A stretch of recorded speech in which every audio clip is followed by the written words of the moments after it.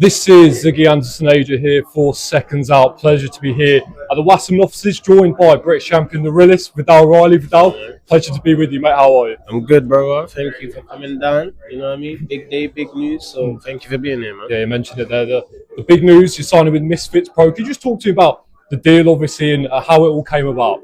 So the deal came about through my old manager, Amir Abdullah, who has recently partnered with Mams and Misfits to help create the pro division. He gave me a call. He knew that I was a free agent, and in the beginning, I wasn't going to come here. I can't lie. I was looking at the other options. You know, I was at Boxer. I got offered a renewal with them. I got offered a deal from Queensbury, Matchroom, and even MVP. So I was literally kind of just stuck. Like, where do I go? Who's offering me the best deal? Where do I want my career to go next?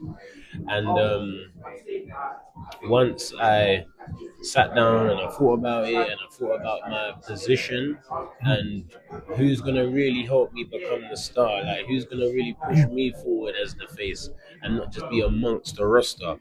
And when I sat down and spoke to my loved ones, friends, family, I was like, you know what? There's no better place to go than Misfits Boxing. We are creating the MF Pro division, and I can be the face of it, continue my traditional trajectory, but just have the people that, yeah, man, I've known for years and want to see me do well, want to see me shine, you know. Yeah, you mentioned in one of your interviews it was a more lucrative deal for you. What did the deal have that maybe Eddie Hearn and Frank Warren didn't possess?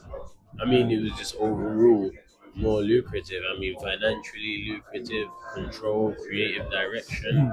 It feels more like a collaboration rather than me just going to become another fighter as part of the stable. You know, I've been given more control, and I really appreciate that because I do have ideas. I'd like to believe are good ideas, and if I can put them forward and they're heard, then I want to. Those are the spaces I want to be in. Eddie mentioned in one of his interviews he questioned your ambition in the sport. Why would Eddie question your ambition in the sport? Because Eddie just has something to say, as he always. You know, he's always going to say something. He questioned my ambition because he heard a rumor that I might sign with MF Pro or sign with Misfits, but that doesn't make sense because AJ's fighting Jake Paul, and AJ's his guy. And are we now going to question if AJ is a serious fighter or not? Like, or not? So that's what I mean. Eddie just says things. Yeah. So it's alright. It's man. Yeah. Obviously, previously with Boxer and Ben Shalom, if Boxer had stayed on Sky, would you have renewed with them? Maybe I would have considered it a bit more, but I genuinely think even if they stayed on Sky, that I would have looked at my other options because I know that there was more for me. But there is no bigger network than Sky, so it always has you thinking, do I stay here? Do I move? But ultimately, you need to have the promoter and the management and the whole infrastructure to help you excel. Being on a big network isn't enough. Yeah. We've seen a lot of fighters leave, obviously, Caroline Dubois recently, Ben Whittaker. What was your relationship like with Ben Shalom? With Ben Shalom, me and Ben Shalom have had a weird relationship because I feel like me and him, when we speak, he understands what I'm saying. I feel like he was listening, but then sometimes when it comes to the action of it, it wasn't showing he was listening.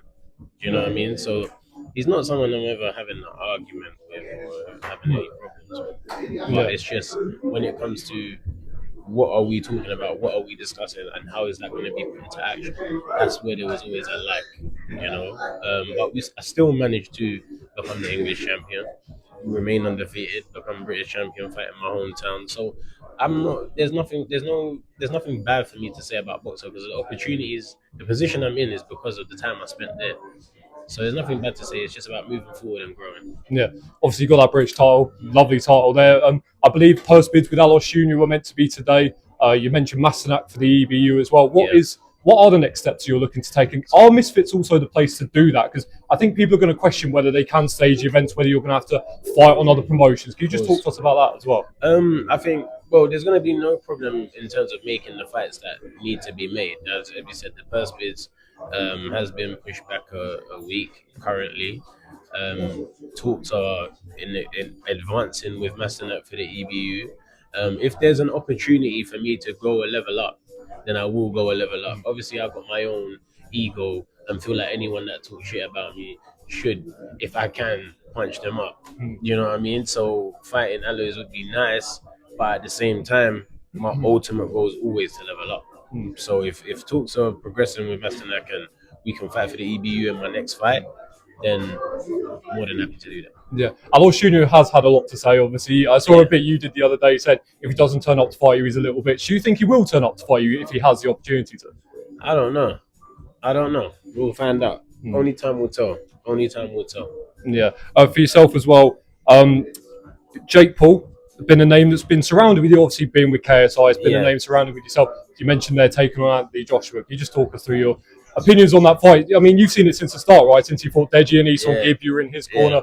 Now he's fighting Anthony Joshua. What do you make? I mean, I rate him. I always rate Jake, though. That's the thing. I've got a lot of respect for Jake. And he does what he says he's gonna do. As crazy as it is, as weird as we think it is, like he does what he needs to do. This is a step too far. I've been saying it, but AJ needs to win by obliviation. Yeah. That's what he needs to win by obliviation. And I think that's what will happen. But I respect Jake for doing these crazy things to get the people going and make everyone care about it. Yeah, I watched a bit that you did a couple of years ago actually when Jake first called you out. You said, "Look, I'm not going to go out my way to fight Jake Paul, but if it's there and the terms are right, I'll do it." Is that the case now? Like, if he thought, you know what, after AJ, I want to test myself at cruiserweight. Yeah, I always feel the same about Jake. I think like it's obviously a big fight between me and him would be a big fight because of the history and whatnot. But there's a lot of bigger fights for him than fighting me, and that's fine.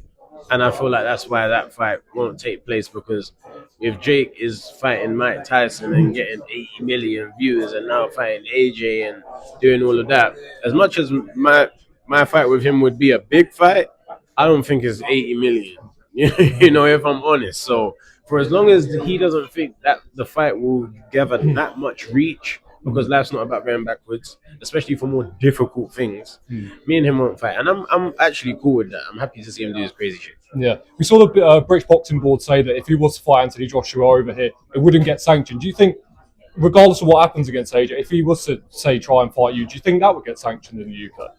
If Jake was trying to fight me with it gets, yeah. I think possibly, yeah. I think there's more chance of that getting sanctioned than him and AJ.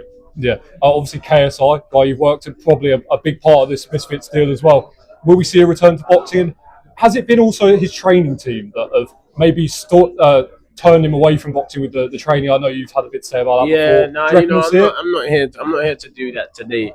You got to tune into Real Moves if you wanna hear all of that. But what I would say is, I always said to him, he doesn't need to box. Boxing is for poor people. That's what boxing is for. Boxing is for struggle people. It's not for the privileged.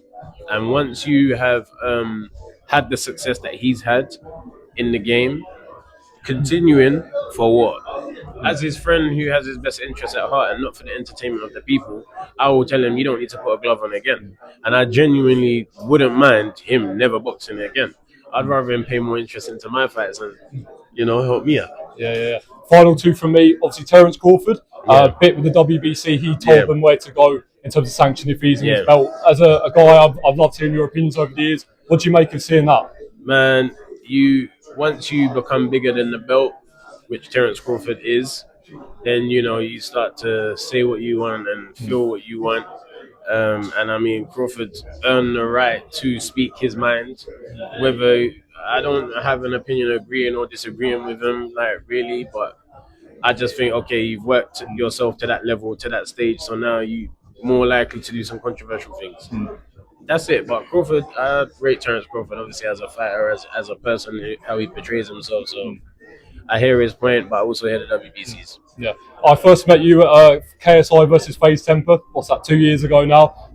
It's been a crazy ride to you. Obviously, become British champion now. say we're in about a year, 2 years time, what would you have hoped to have accomplished, obviously, with this Misfits Pro deal, also with these fights coming up as well?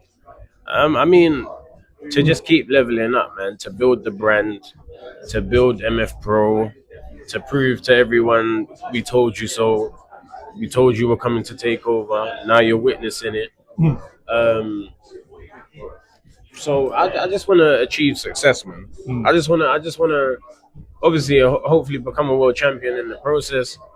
But main thing is just to see the brand grow, see myself grow, see MF Pro grow, and just say, yeah, this was a great idea that we thought of. Well, I look forward to watching you, mate. Viddal, thanks very much. Thank you.